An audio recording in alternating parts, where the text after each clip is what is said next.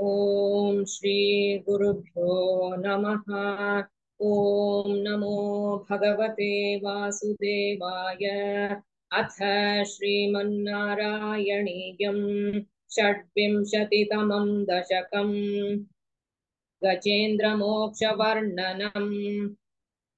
इन्द्रद्युम्नः पाण्ड्यखण्डाधिराजः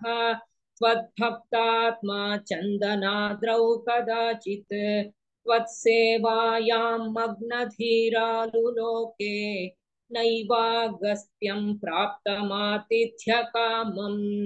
कुम्भोद्भूतिः संहृतः क्रोधभारः स्तब्धात्मा त्वं हस्तिभूयं भजेति शप्त्वाथैनं प्रत्यगात्सोऽपि लेभे अस्तीन्द्रत्वं त्वत्स्मृतिव्यक्तिधन्यम्। दुग्धाम्भोधेर्मध्यभाजित्रिकूटे क्रीडन् शैले यूथपो यौवशाभिः सर्वान् जन्तूनत्यवर्तिष्ठशक्त्या त्वद्भक्तानां कुत्र नोत्कर्षलाभः। स्वेन स्थेम्ना दिव्यदेशत्वशक्त्या सोऽयं खेदान प्रजानन् कदाचित् शैलप्रान्ते घर्मतान्तः सरस्यां यूथैः सार्धं त्वत्प्रणम्नोभिरेमे ऊहुस्तावद्देवलस्यापि शापात् ग्राहीभूतस्तज्जले वर्तमानः जग्राहैनं हस्तिनं पाददेशे शान्त्यर्थं हि श्रान्तिदोषि स्वकानां त्वत्सेवाया वैभवात् दुर्निरोधं युध्यन्तं तौ वत्सराणां सहस्रं प्राप्ते काले त्वत्पदैकाग्र्यसिद्ध्यै नक्राक्रान्तं हस्तिवर्यौ व्यधास्त्वम् आर्तिव्यक्तप्राक्तनज्ञानभक्तिः शुण्डोक्षिप्तैः पुण्डरीकैः समर्चन् पूर्वाभ्यस्तन्निर्विशेषात्मनिष्ठं स्तोत्रं श्रेष्ठं सोन्वगादीत् परात्मन् श्रुत्वा स्तोत्रं निर्गुणस्थं समस्तन् ब्रह्मेशाद्यैर्नाहमित्यप्रयाते सर्वात्मा त्वं भूरि कारुण्यवेगात् तार्क्ष्यारूढः प्रेक्षितो भूः पुरस्तात् अस्तीन्द्रन्तं हस्तपद्मेन धृत्वा चक्रेण त्वन्नक्रवर्यौ व्यदारीः गन्धर्वेऽस्मिन् मुक्तशापे सहस्ती त्वत्सारूप्यं प्राप्य देदीप्यते स्म एतद्वृत्तं त्वाञ्च माञ्च प्रगेयः गायेत् सोऽयं भूयसे श्रेयसे स्यात् इत्युक्त्वैनं तेन सार्धं गतस्त्वं धिष्ण्यौ विष्णो पाहि वाताल एष इति श्रीमन्नारायणीये गजेन्द्रमोक्षवर्णनं नाम षड्विंशतितमं दशकं समाप्तम्। नारायणाखिलगुरो भगवन्नमस्ते। नारायणाखिलगुरो भगवन्नमस्ते। अथ सप्तविंशतितमं दशकं क्षीराब्धिमथने कूर्मावतारवर्णनम् दुर्वासासुरवनिताप्तदिव्यमाल्यं शक्राय स्वयमुपदाय तत्र भूयः नागेन्द्रप्रतिमृदिते शशापशक्रं काक्षान्तिस्वदितरदेवतां शजानां शापेन प्रथितजरेथ निर्जरेन्द्रे देवेष्वप्यसुरजितेषु निष्प्रभेषु शर्वाद्याः कमलजमेत्य सर्वदेवाः निर्वाणप्रभव समं भवन्तमापुः ब्रह्माद्यैस्तुतमहिमा चिरन्तदानीं प्रादुष्यन् वरदपुरः परेण धाम्ना हे देवादितिजकुलैर्विधाय सन्धिं पीयूषं परिमथतेति पर्यशास्त्वम् सन्धानं कृतवती दानवैसुरौघे मन्थानन्नयति मदेन मन्दराद्रिं भ्रष्टेऽस्मिन् वदरमिवोद्वहन् खगेन्द्रे सद्यस्त्वं विनिहितवान् पयः पयोधौ आधाय धृतमथ वासुकिवरत्रां पाथोधौ विनिहित सर्वबीजजाले प्रारब्धे मथन विधौ सुरासुरैस्तैः या जात्वं भुजगमुखे करोऽसुरारीन् क्षुब्धाद्रौ क्षुभितजलोदरे तदानीं दुग्धाब्धौ गुरुतर भारतो निमग्ने देवेषु व्यथिततमेषु तत्प्रियैषी प्राणैषीः खमठतनुं कठोरपृष्ठाम् वज्रादिस्थिरतरकर्परेण विष्णो विस्तारात् परिगतलक्षयोजनेन अम्भोधे कुहरगतेन वर्ष्मणा त्वं निर्मग्नं क्षितिधरनाथ मुन्निनेथ उन्मग्ने झटिति तदा धराधरेन्द्रे निर्मेथुर्दृढमिह सम्मदेन सर्वे आविश्यद्वितय गणेऽपि सर्पराजे वैवश्यं परिशमयन्न विवृधस्तान् उद्दामभ्रमणजवो न मद्गिरीन्द्राण्यस्तैकस्थिरतर हस्तपङ्कजं त्वाम् अभ्रान्ते विधिगिरिशादयः प्रमोदात् उद्भ्रान्तानुनुवुरुपात पुष्पवर्षाः दैत्यौघे भुजगमुखानिलेन तप्ते तेनैव त्रिदशकुलेऽपि किञ्चिदार्ते कारुण्यात्तव किल देववारिवाहाः प्रावर्षन्नमरगणान्न दैत्यसङ्घान् उद्भ्राम्यद्बहुतिमिनत्र चक्रवाले तत्राब्धौ चिरमथितेऽपि निर्विकारे एकस्त्वं करयुगकृष्टसर्पराजः सम्राजन् पवनपुरेश पाहि रोगात् इति श्रीमन्नारायणीये क्षीराब्धिमथने कूर्मावतारवर्णनं नाम सप्तविंशतितमं दशकं समाप्तम् नारायणाखिलगुरो भगवन्नमस्ते नारायणाखिलगुरो भगवन्नमस्ते अथ अष्टाविंशतितमं दशकम् अमृतमथने कालकूटाद्युत्पत्तिवर्णनम् लक्ष्मी स्वयंवरवर्णनम् अमृतोत्पत्तिवर्णनं च करलं पुरस्तात् जलधेरुद्विजगालकालकूटम् अमरस्तुतिवादमोदनिघ्नः गिरिशस्तन्निपपौ भवत्प्रियार्थम् विमथत्सु सुरासुरेषु जाता सुरभिस्तामृषिशून्यधा स्त्रिधामन् हयरत्नमभूदथे भरत्नम् द्युतरुश्चाप्सरसः सुरेषु तानि जगदीश भवत्परा तदानीं कमनीयां कमला बभूव देवी अमलामवलोक्य याविलोलः सकलोऽपि स्पृहयां बभूव लोकः वै दत्तहृदे तदैव देव्यै त्रिदशेन्द्रो मणिपीठिकाव्यतारीत् सकलोपकृताभिषेचनीयैः ऋषयस्तां श्रुतिगीर्भिरभ्यषिञ्चन् अभिषेकजलानुपातिमुग्धत्वदपाङ्गैरवभूषिताङ्गवल्लीं मणिकुण्डलपीतचेलहारप्रमुखैस्ताममरादयोन्वभूषन् वर्णस्रजमातभृङ्गनादां दधती सा कुचकुम्भमन्दयाना पदशिञ्जितमञ्जुनूपुरा त्वां कलितव्रीलविलासमाससाद गिरिशद्रुहिणादि सर्वदेवान् गुणभाजोऽप्यविमुक्तदोषलेशान् अवमृश्य सदैव सर्वरम्ये निहिता त्वय्यनयापि दिव्यमाला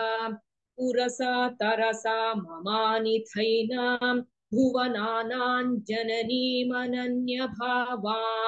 त्वदुरो विलसत्तदीक्षणश्री परिवृष्ट्या परिपुष्टमास विश्वम् अतिमोहन विभ्रमा तदानीं मदयन्ती खलु वारुणी निरागात् तमसः पदवीमदास्त्वमेनाम् अतिसम्माननया महासुरेभ्यः तरुणाबुधसुन्दरस्तदा त्वं ननु धन्वन्तरिरुत्थितोऽम्बुराशेः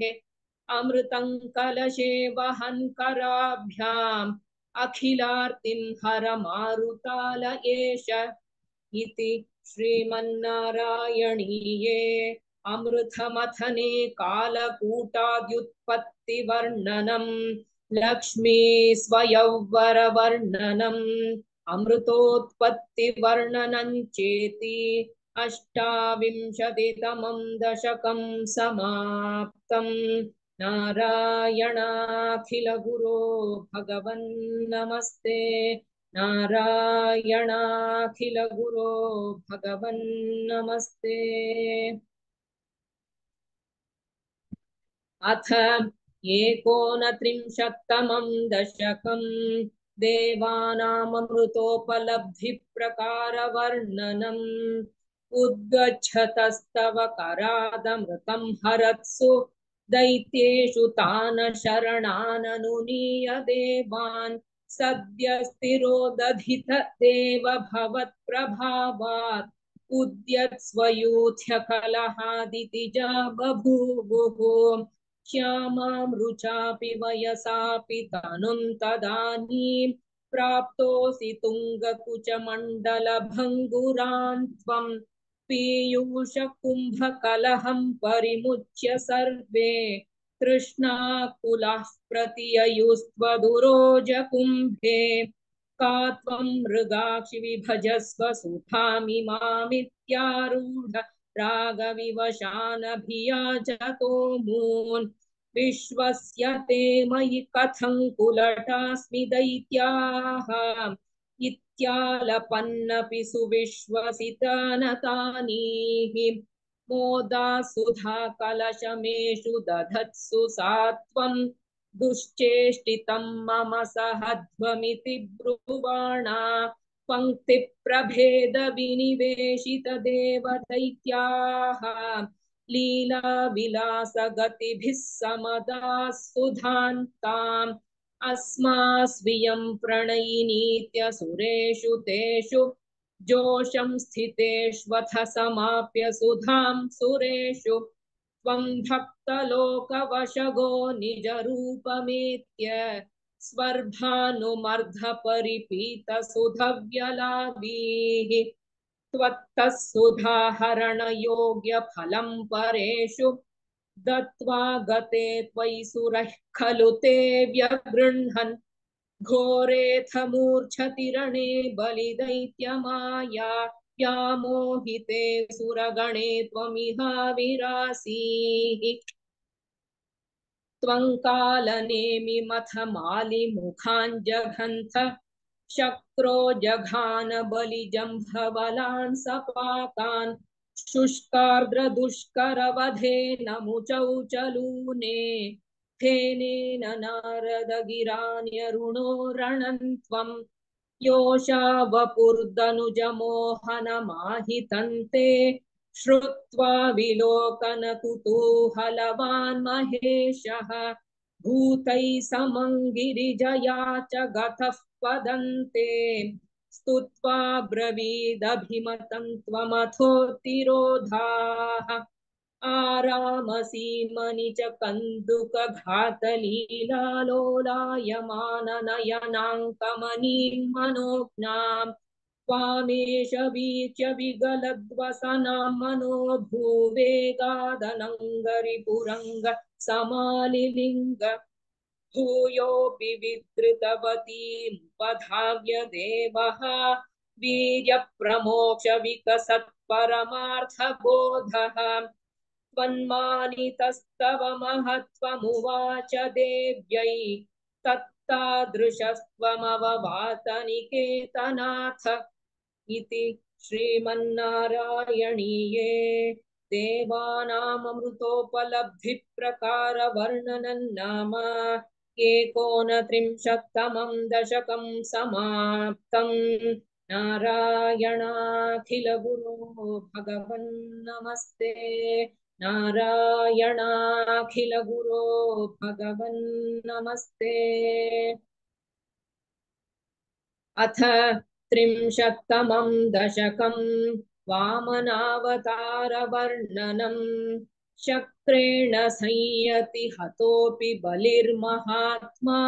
शुक्रेण जीविततनुः क्रतुवर्धितोष्मा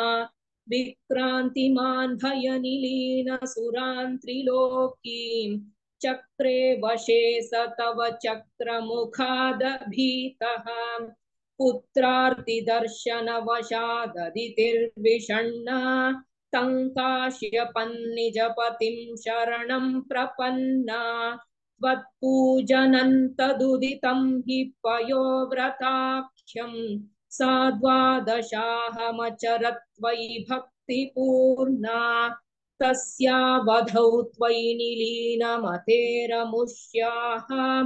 श्यामश्चतुर्भुजवपुः स्वयमाविरासीः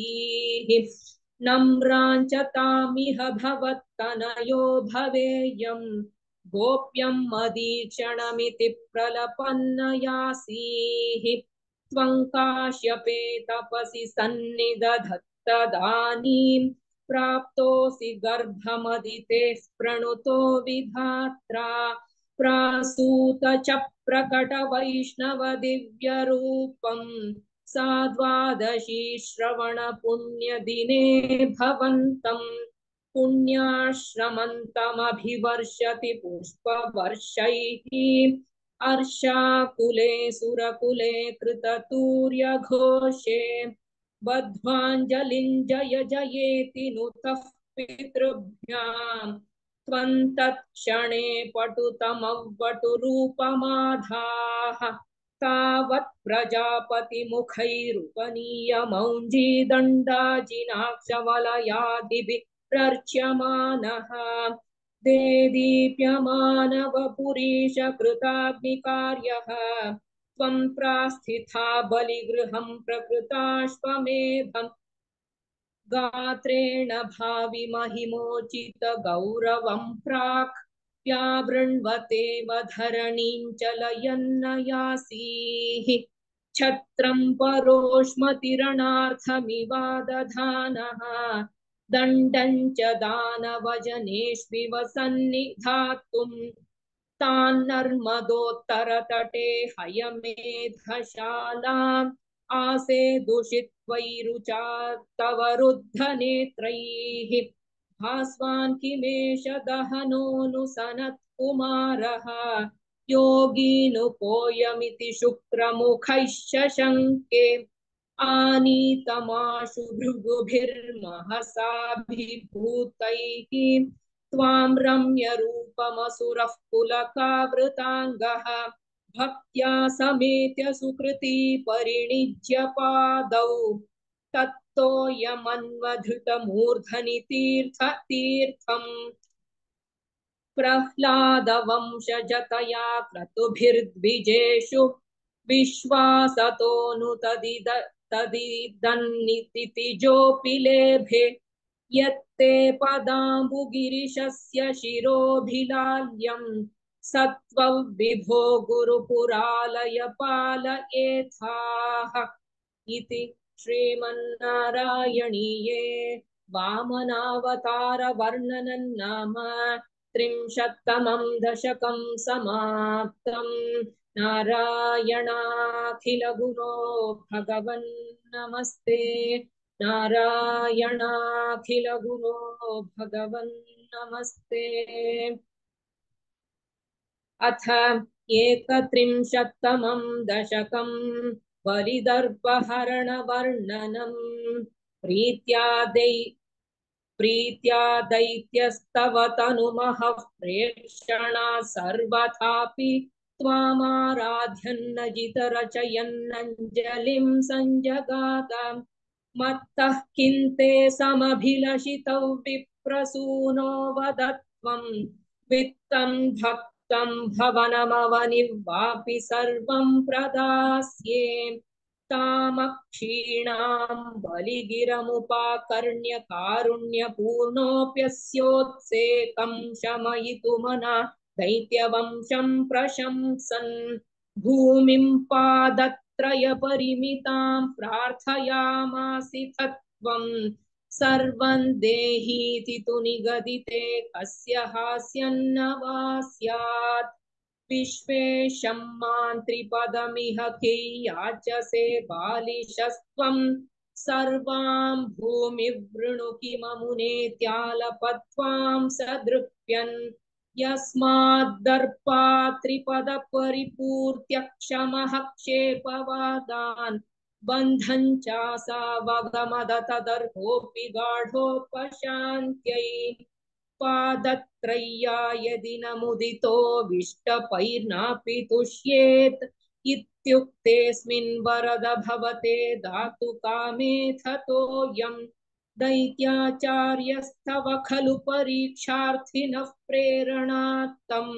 मामादेयं हरिरयमिति व्यक्तमेवावभाषे।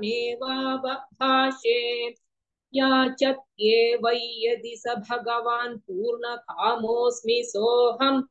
दास्याम्येव स्थिरमिति वदन् काव्यशब्दोऽपि दैत्यः विन्ध्यावल्या निजदयितया दत्तपाद्याय तुभ्यं चित्रं चित्रं सकलमपि स प्रार्पयत्तोयपूर्वं निस्सन्देहन्दिति कुलपतौ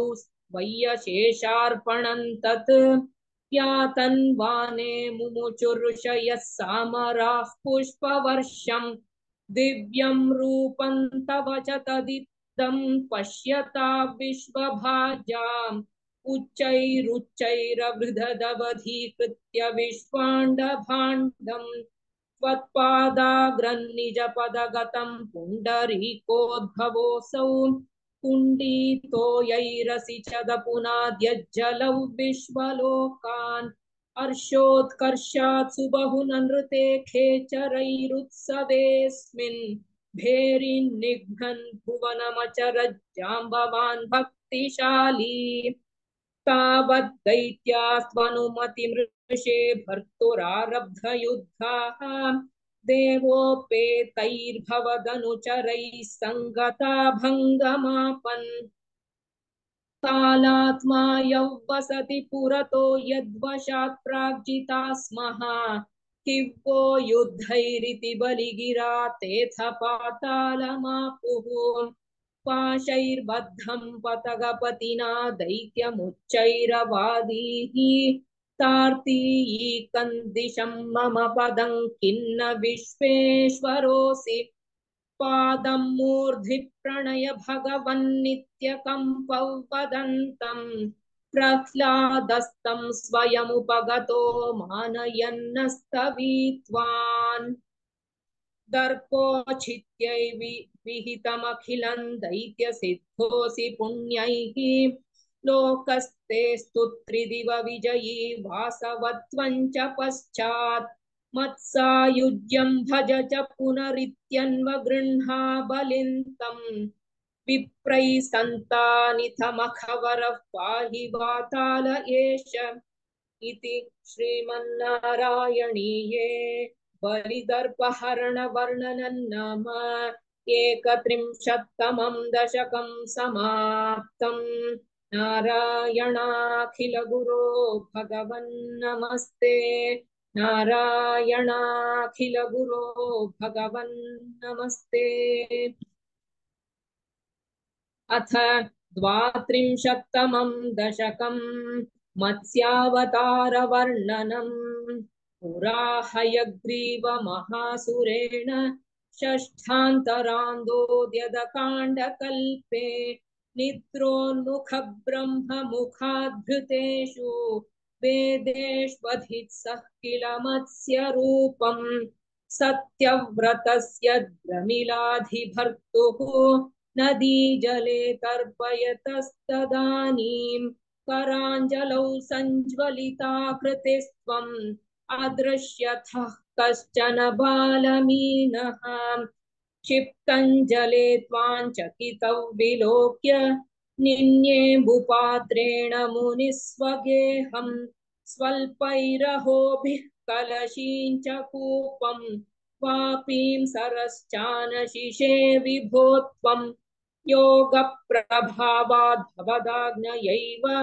नीतस्ततस्त्वं मुनिना पयोधिम् पृष्टो मुना कल्पदिदृक्षुमेनम् सप्ताहमास्वेति वदन्न यासीः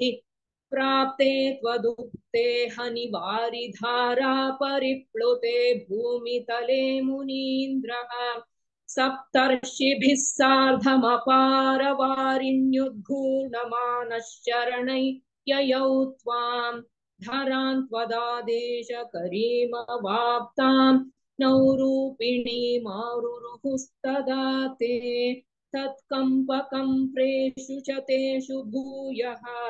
त्वमम्बुधेराविरभूर्महेयान् जशाकृति योजनलक्ष्यदीर्घाम् दधानमुच्चैस्तरतेजसं त्वाम् निरीक्ष्य तुष्टा मुनयस्त्वदुक्त्या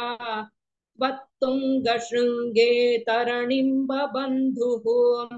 आकृष्टनौको मुनिमण्डलाय प्रदर्शयन् विश्वजगद्विभागान् संस्तूयमानो नृवरेण तेन